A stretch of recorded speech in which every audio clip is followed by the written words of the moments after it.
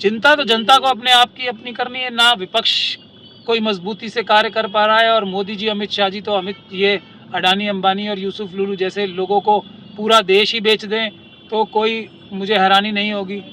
प्रधानमंत्री जी ने तो अपने महल में पूरे इंतजाम करा रखे हैं, उसका नाम भी ऐसा कर दिया है कि वहाँ अब कोई कुछ शिकायत करने भी ना जाए। तो अब जब ये हालात हैं तो प्रधानमंत्री जी, आरएसएस और बीजेपी तो सब मजे ले रहे हैं ना। कोई बाहर घूमने जा रहा है, किसी ने अपने घर में एयर प्यूरिफायर लगा लिए हैं, सब लोग ऐश और इशरत की ज़िंदगी जी रहे हैं। ये तो जनता मर रही है, जनता जहरीली हवा सूंघ रही है। दिल्ली ही क्या, कि सारे महानगरों में। और अडानी जी को पेड़ काटने से फुर्सत नहीं है, मोदी जी को उन्हें पेड़ काटने की खुली छूट देने से फुर्सत नहीं है। उधर वंतारा का दूसरा अंबानी जी दूसरी तरीके से लूट रहे हैं देश को, वो दूसरी तरह से लूट रहे हैं देश को। किसी के बयान और किसी के व्यक्तित्व की या कोई भी चीज़ की आवश्यकता है ही नहीं। ये तो जग जाहिर है, ईवीएम से चुनाव हो रहे हैं। आरएसएस और बीजेपी ईवीएम से चुनाव लूटती है। इसमें कौन सा जितेंद्र राम मांझी जी को कोई स्टेटमेंट की उनकी आवश्यकता पड़ रही है? ये बात तो जग जाहिर है। इसमें कोई शक और शुबे की गुंजाइश किसी बेवकूफ़ व्यक्ति को ही हो सकती है, या आरएसएस के जो स्लीपर सेल्स हैं वो अपने नेताओं को बहका के ये बात कर सकते हैं। ईवीएम से चुनाव जीता जा रहा है और वोट चुरा के चुनाव जीता जा रहा है। कोई किसी को शक और शुबे की गुंजाइश पूरे देश में किसी को नहीं है। आरएसएस और बीजेपी का एम और लक्ष्य एक ही है, किसी भी तरीके से देश की गरीब जनता का पैसा लूट कर उसे अडानी अंबानी और यूसुफ लुलू जैसे लोगों में बांट दिया जाए।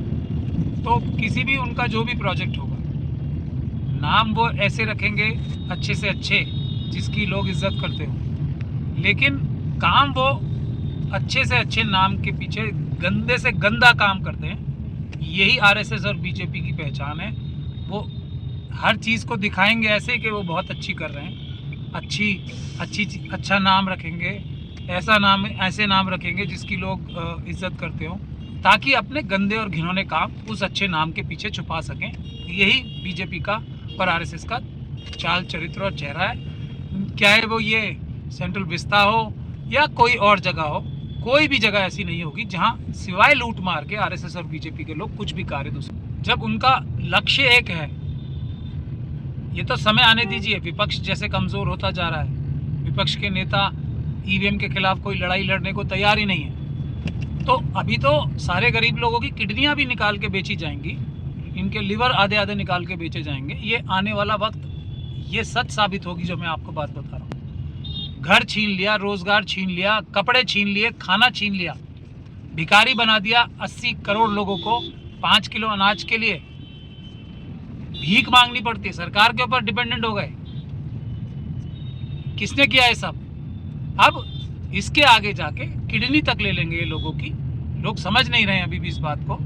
किसी भी हालत में किसी भी कीमत पे ईवीएम को हटा के बीजेपी और आरएसएस को रोकना पड़ेगा, वरना ये देश आरएसएस और बीजेपी के साथ तो जो करेगा करेगा ही, विपक्ष को भी माफ़ नहीं करेगा, क्योंकि विपक्ष भी आरएसएस और बीजेपी को रोकने में पूरी तरीके से नाकाम हो रहा है। नहीं, इसमें एफआईआर हुई थी, एक एफआईआर दर्ज हुई थी, और उसके बाद जो स्पेशल कोर्ट है रोहिणी में, उसने उस एफआईआर के बाद जो चार्जशीट फाइल हुई थी उसका संज्ञान लिया था।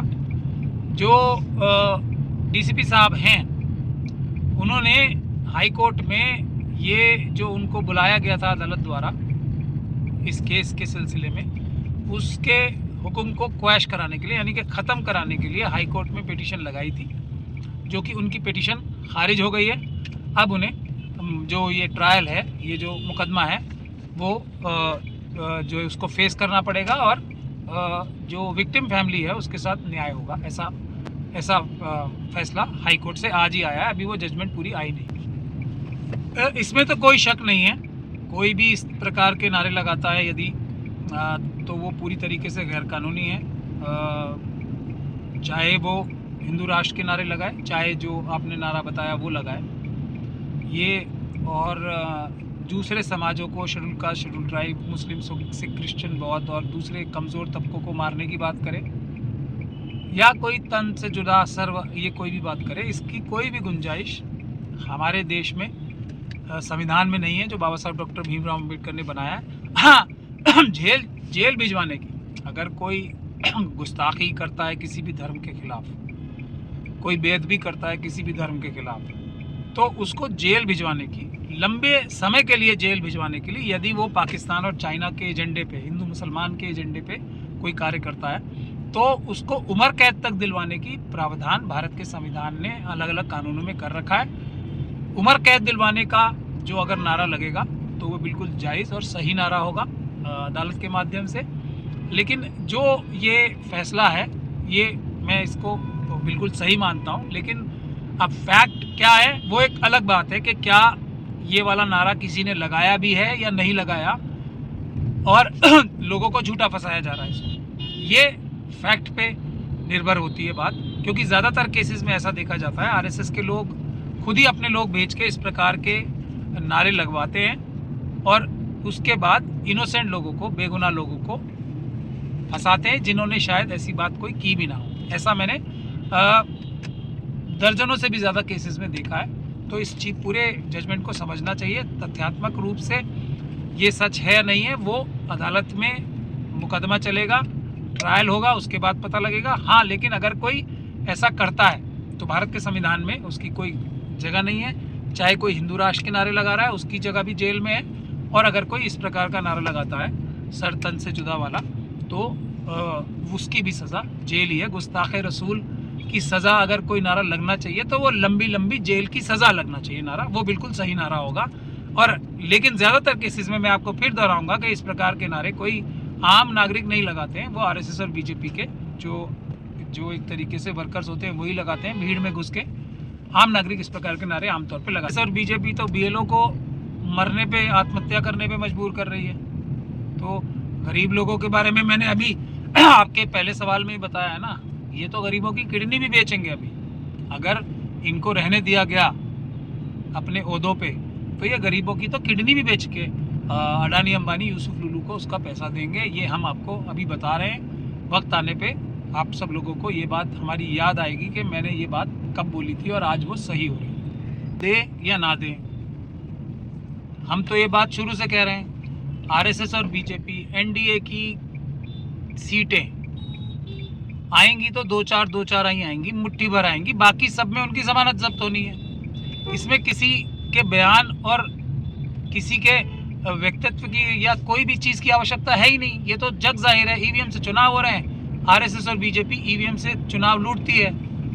इसमें कौन सा जितेंद्र राम मांझी जी को कोई स्टेटमेंट की उनकी आवश्यकता पड़ रही है, ये बात तो जग जाहिर है। इसमें कोई शक और शुबे की गुंजाइश किसी बेवकूफ़ व्यक्ति को ही हो सकती है, या आरएसएस के जो स्लीपर सेल्स हैं वो अपने नेताओं को बहका के ये बात कर सकते हैं। ईवीएम से चुनाव जीता जा रहा है और वोट चुरा के चुनाव जीता जा रहा है।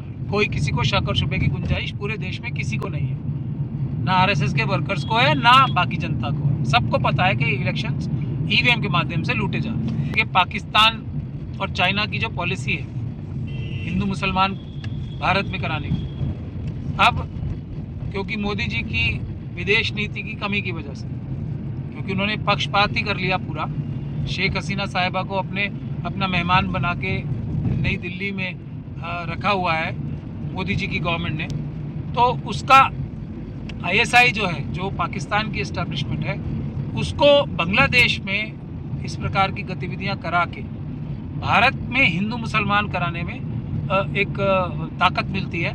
उसी के तहत ये काम हो रहे होंगे। और आरएसएस और पाकिस्तान की और चाइना की एस्टैब्लिशमेंट में आपस में तो अंडरस्टैंडिंग है ही, तो ये भी हो सकता है कि ये सब तीनों लोग मिली भगत से ये बांग्लादेश में करा रहे हैं, क्योंकि बांग्लादेश में इस प्रकार की घटनाओं को, वहाँ पे माइनॉरिटीज़ का जो ख़ास तौर पे जो हिंदू माइनॉरिटी है, वहाँ भी ज़्यादातर एससी हिंदू तो कम ही होंगे, लेकिन जो शेड्यूल कास्ट, शेड्यूल ट्राइब के और ओबीसी के लोग हैं वहाँ पर, जो भारत में शेड्यूल कास्ट है, भारत में शेड्यूल ट्राइब है और ओबीसी के लोग हैं भारत के, वो बांग्लादेश में भी बहुत ज़्यादा संख्या में है। उनके खिलाफ तो कभी ऐसी बात वहाँ सुनी नहीं गई थी, वहाँ तो बहुत इज्जत से देखा जाता था। अब ये चाइना पाकिस्तान की एस्टैब्लिशमेंट और आरएसएस ने जो अभी ये शेख हसीना को यहाँ पे मेहमान के तौर पे रखा है, उसकी वजह से पाकिस्तान को बांग्लादेश में एंट्री करने में आसानी हो रही है। और उसी का नतीजा है कि वहाँ भी अब ये हिंदुओं के ऊपर, कुछ जो हिंदू नहीं कहूँगा मैं उन्हें, ये शेड्यूल कास्ट, शेड्यूल ट्राइब और ओबीसी जो भारत के हैं, उनके जो लोग हैं वहाँ पे, वैसे ही लोग जो वहाँ पर हैं उनके साथ ज्यादतियाँ की जाएंगी, लेकिन ये बांग्लादेश की आम आवाम जो है वो शायद ये काम नहीं करती। मैंने तो सीधी सीधी बात शुरू से कर रखी है और वही बात मैं दोहरा रहा हूँ, आरएसएस और बीजेपी मुट्ठी भर सीटें जीतने के लायक नहीं रह जाएगी अगर ईवीएम से चुनाव रोक के पेपर बैलेट से चुनाव शुरू करा दिए जाए। अब उसके सबूत धीरे धीरे करके सारे निकलते आएंगे, कुछ अपने आप ही गफलत में बता देंगे, ये कुछ सबूत हम जुटा के दुनिया के सामने ला रहे हैं, और बाकी तो ये पूरी तरीके से साफ है ही। आरएसएस और बीजेपी के जितने भी सीएम हैं वो सब ईवीएम के सीएम हैं, और प्रधानमंत्री भी ईवीएम के प्रधानमंत्री हैं। सारे कैबिनेट मिनिस्टर इनके ईवीएम के कैबिनेट मिनिस्टर्स हैं। एक भी आरएसएस और बीजेपी की सरकार ऐसी नहीं है जो जनता के मतों से चुन के आई हो।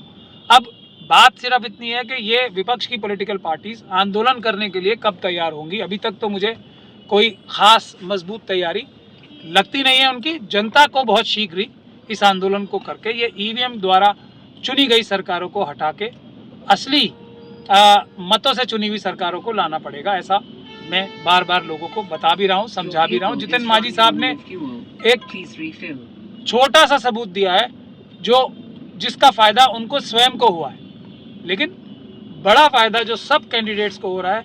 कोई भी कैंडिडेट भारतीय जनता पार्टी का जीत ही नहीं रहा है, बस मुट्ठी भर जीतते हैं जो उनके कार्डर्स जो 10-5 सीटें जितवा सकते हैं। उसके अलावा उनकी सब जगह जमानतें जब्त ही होती हैं वोटों के बाद। राजद को अब राजद क्या करेगी, सवाल तो ये है ना।